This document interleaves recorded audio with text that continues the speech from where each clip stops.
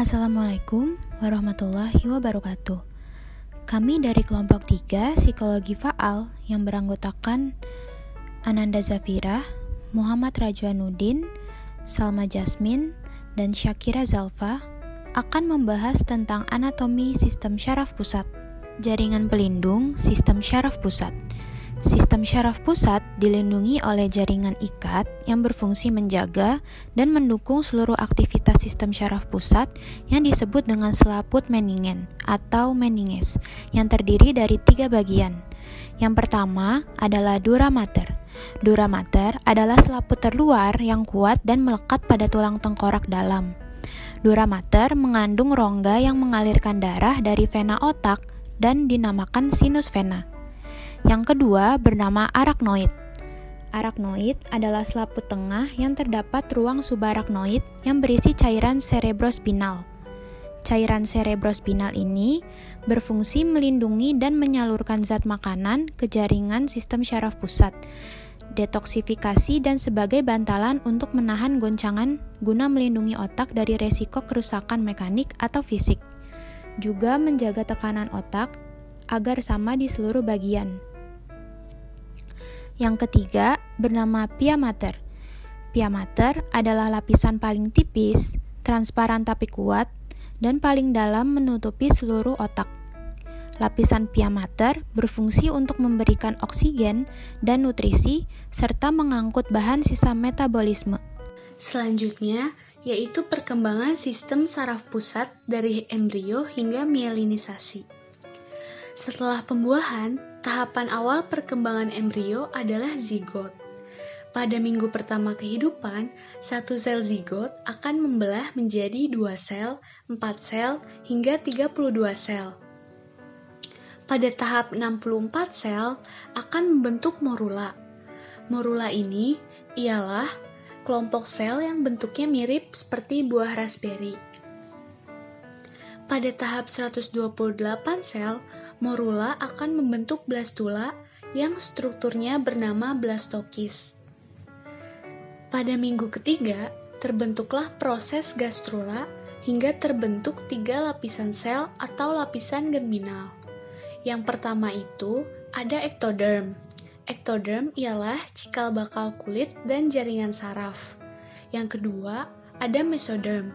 Mesoderm ini ialah cikal bakal jaringan otot dan tulang. Dan yang terakhir yaitu endoderm. Endoderm ini ialah cikal bakal jaringan pelapis dalam rongga tubuh, termasuk saluran pencernaan.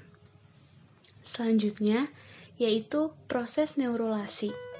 Neurulasi merupakan proses awal pembentukan sistem saraf yang melibatkan perubahan sel-sel ektoderm bakal neural. Dimulai dengan pembentukan keping neural, lipatan neural, dan berakhir dengan terbentuknya bumbung neural. Mula-mula akan terjadi penebalan pada ektoderm yang diinduksi oleh notochord untuk membentuk plat neural atau neural plate. Plat neural akan membentuk lipat neural atau neural fold. Lipat neural akhirnya menutup membentuk tabung neural atau neural tube.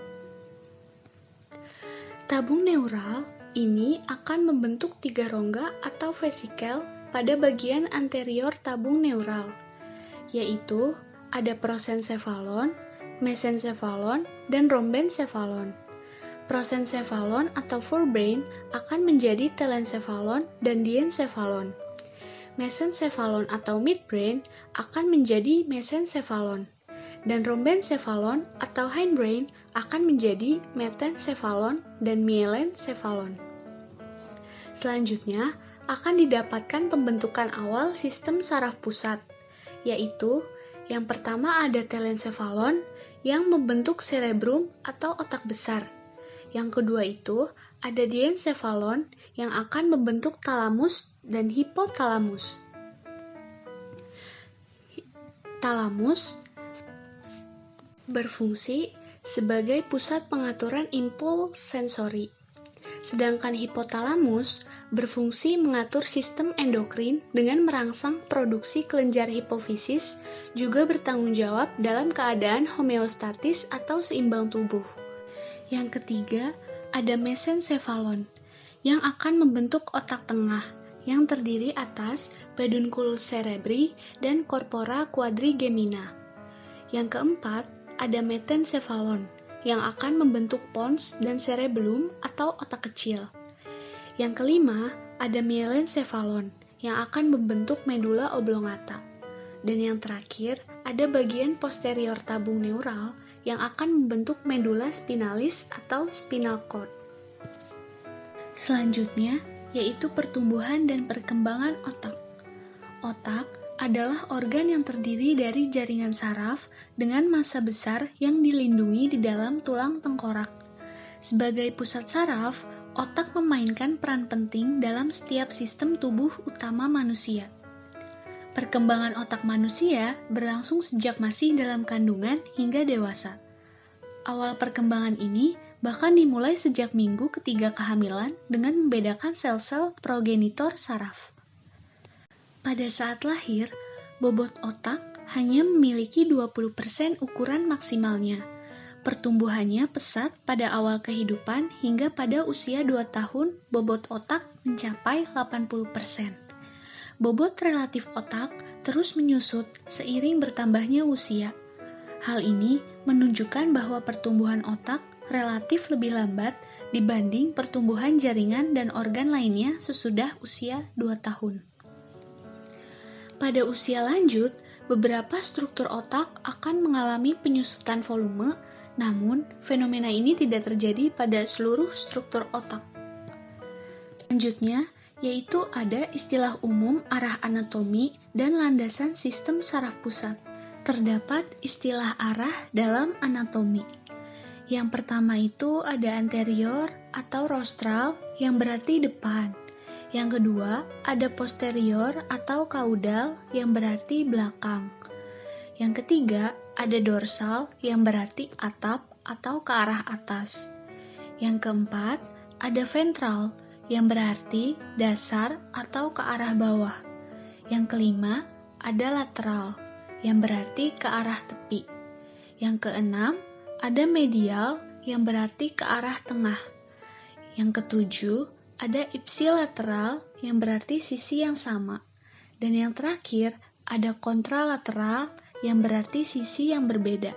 Selanjutnya, yaitu istilah landasan atau planes dalam sistem saraf pusat. Terbagi menjadi 3, yaitu frontal atau transversal, horizontal, dan sagittal. Frontal atau transversal ialah membagi bagian tubuh menjadi bagian depan atau ventral dan belakang atau dorsal. Horizontal membagi bagian tubuh menjadi bagian atas atau rostral dan bawah atau caudal. Yang terakhir yaitu sagittal, yang berarti membagi bagian tubuh menjadi bagian kanan dan kiri. Selanjutnya, struktur utama otak depan atau forebrain. Secara garis besar, otak depan atau forebrain terdiri atas 3 bagian utama, yaitu yang pertama, otak besar atau cerebrum. Otak besar atau cerebrum berfungsi untuk mengatur aktivitas kesadaran, termasuk persepsi, emosi, pikiran, dan perencanaan. Yang kedua, talamus. Talamus berperan sebagai switchboard otak dan berfungsi untuk menyaring dan meneruskan informasi ke berbagai bagian otak. Yang ketiga, hipotalamus. Hipotalamus berfungsi untuk meregulasi aktivitas organ dalam, memonitor informasi dari sistem saraf otonom atau SSO, mengontrol kelenjar pituitari beserta hormonnya, juga meregulasi tidur dan nafsu makan. Otak besar atau cerebrum merupakan bagian terbesar pada otak, yaitu 2/3 bagian otak merupakan otak besar atau cerebrum. Otak besar atau cerebrum dibagi menjadi 2 bagian oleh corpus callosum, atau yang dapat disebut juga viscera longitudinal, menjadi hemisfer kanan atau otak kanan sebagai pusat kreativitas seperti seni, musik, gambar, warna, dan sebagainya, dan hemisfer kiri atau otak kiri sebagai pusat berpikir linear linear juga sekuensial, mengatur hal-hal yang bersifat rasional, berurusan dengan kata-kata, bahasa, dan matematika. Otak membelah menjadi dua bagian, yaitu otak kiri dan otak kanan. Otak kiri ini lebih unggul pada hal-hal yang berhubungan dengan logika dan rasio manusia, kemampuan menulis dan membaca, serta merupakan pusat dari matematika. Sementara itu, otak kanan berfungsi untuk sosialisasi, komunikasi, interaksi dengan manusia lain, serta pengendalian emosi. Otak kanan ini juga berfungsi untuk semua jenis kegiatan kreatif, seperti menari, menggambar, ataupun menyanyi. Corpus callosum membagi otak besar atau cerebrum menjadi dua bagian, yaitu hemisfer kiri atau otak kiri dan hemisfer kanan atau otak kanan. Pada gambar ini terdapat bagian-bagian otak kiri dan otak kanan. Yang pertama itu ada prefrontal cortex atau PVC. Ia berfungsi untuk pemecahan masalah, emosi, dan pemikiran yang kompleks. Selanjutnya ada speech center untuk mengungkapkan kata-kata. Selanjutnya ada writing dengan menggunakan tangan kanan. Kemudian ada auditory cortex. Ini berfungsi untuk mendeteksi kualitas suara, baik keras, lemah, maupun tinggi rendah. Kemudian ada general interpretive center. Ini berfungsi untuk bahasa dan perhitungan matematika. Dan yang terakhir ada visual cortex. Visual cortex ini mengatur visual field yang berada pada otak kanan. Kemudian pada otak kanan terdapat juga prefrontal cortex. Fungsinya ini sama dengan prefrontal cortex pada otak kiri. Selanjutnya ada analysis by touch, yaitu analisis berdasarkan sentuhan. Kemudian ada auditory cortex untuk bagian telinga sebelah kiri. Selanjutnya ada spatial visualization and analysis, yaitu visualisasi dan analisis spasial. Dan yang terakhir ini yaitu visual cortex. Visual cortex pada otak kanan ini untuk mengatur visual field yang terdapat pada otak kiri. Otak besar atau cerebrum juga terbagi menjadi 4 lobus, yaitu yang pertama lobus frontalis sebagai area motorik untuk pergerakan, perencanaan, dan koordinasi perilaku. Yang kedua lobus parientalis sebagai proses sensorik, perhatian, dan bahasa. Yang ketiga, lobus temporalis sebagai persepsi pendengaran, bicara, dan persepsi visual yang kompleks. Yang keempat, lobus occipitalis sebagai pusat penglihatan dan proses informasi visual. Terdapat 3 area spesial pada otak besar atau cerebrum, yaitu yang pertama area Broca.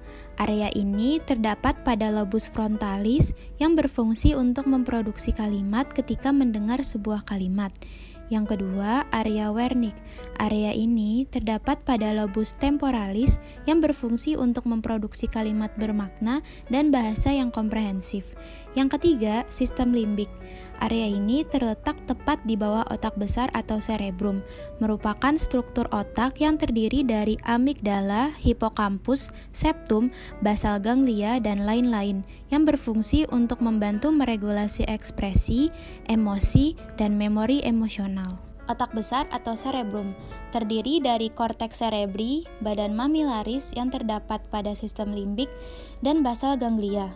Korteks cerebri melapisi lapisan terluar otak besar atau cerebrum dan otak kecil atau cerebellum setebal 1,5 sampai 5 mm. Korteks cerebri berlipat-lipat dengan celah dalam yang disebut sulcus. Lipatan tersebut memperluas area otak dan meningkatkan jumlah area kelabu atau substansia grisea yang penting untuk proses informasi, antara lain korteks visual primer sebagai penglihatan, korteks auditorik primer sebagai pendengaran, korteks somatosensorik primer sebagai sensasi sensorik, dan korteks motorik primer sebagai gerakan. Pada korteks cerebri terdapat irisan transversal atau horizontal yang menampakkan area yang berwarna abu-abu atau substansia grisea dan area yang berwarna putih atau substansia alba. Substansia grisea atau area yang berwarna abu-abu merupakan lapisan otak yang sering disebut area kelabu dan memiliki badan sel dan sinaps tetapi tidak bermielin. Mielin memberi warna putih, tetapi substansia grisea tidak bermielin, jadi warnanya abu-abu atau kelabu. Selanjutnya substansia alba. area yang berwarna putih, yang terdiri dari akson-akson bermielin. Area ini tersusun dari 3 serat, yaitu yang pertama serat komisural, berfungsi untuk konduksi impuls antara hemisfer kiri atau otak kiri dan hemisfer kanan atau otak kanan, serta konduksi impuls dari korpus kalosum. Yang kedua, serat proyeksi, berfungsi untuk konduksi impuls ke dalam dan keluar hemisfer cerebri. Yang ketiga, serat asosiasi, berfungsi untuk konduksi impuls di dalam hemisfer cerebri. Apa sih hipotalamus, hipokampus, amigdala, dan korteks limbik? Yang pertama itu ada hipotalamus. Hipotalamus adalah bagian terpenting dari sistem limbik, yang salah satu fungsinya adalah memutuskan mana yang perlu mendapat perhatian dan mana yang tidak. Yang kedua, yaitu hipokampus. Hipokampus merupakan bagian dari sistem limbik, yaitu pusat kendali reaksi emosional. Bagian otak ini terletak di lobus temporal bagian dalam, dekat pusat otak. Hipokampus ini berfungsi untuk mengolah memori, membantu manusia mengenali objek, serta mengingat dan memahami bahasa yang didengar. Yang ketiga, yaitu amigdala.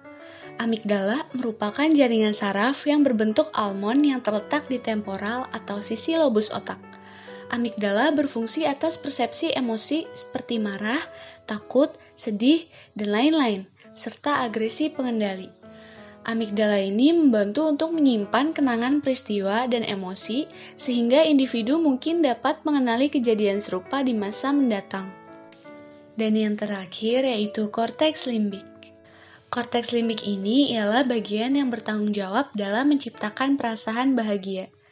Studi pencitraan menunjukkan bahwa respons kebahagiaan sebagian berasal dari korteks limbik. Area lain yang disebut precuneus juga ikut berperan. Precuneus terlibat dalam membangkitkan ikatan, mempertahankan rasa diri, dan memusatkan perhatian saat bergerak di lingkungan.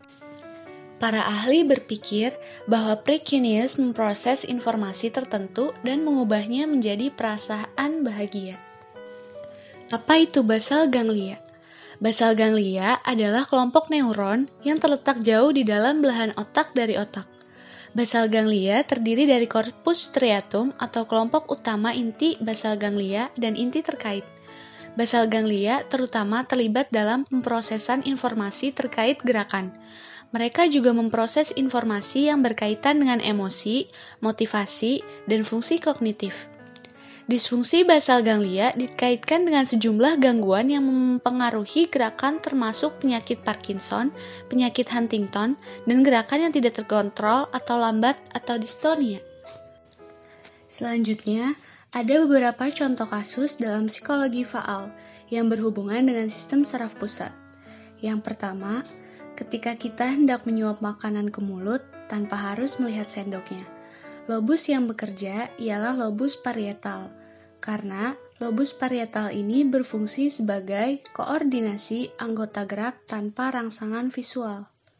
Yang kedua, yaitu ketika kita mendengarkan seseorang berbicara. Lobus yang bekerja ialah lobus temporal, karena lobus temporal ini membantu kita untuk mengenali dan membedakan semua jenis suara dan tinggi rendahnya nada yang dikirim oleh reseptor sensorik telinga. Jika tidak ada lobus temporal pada otak kita, atau jika lobus temporal yang terdapat pada otak kita mengalami kerusakan, maka kita tidak akan bisa memahami seseorang berbicara.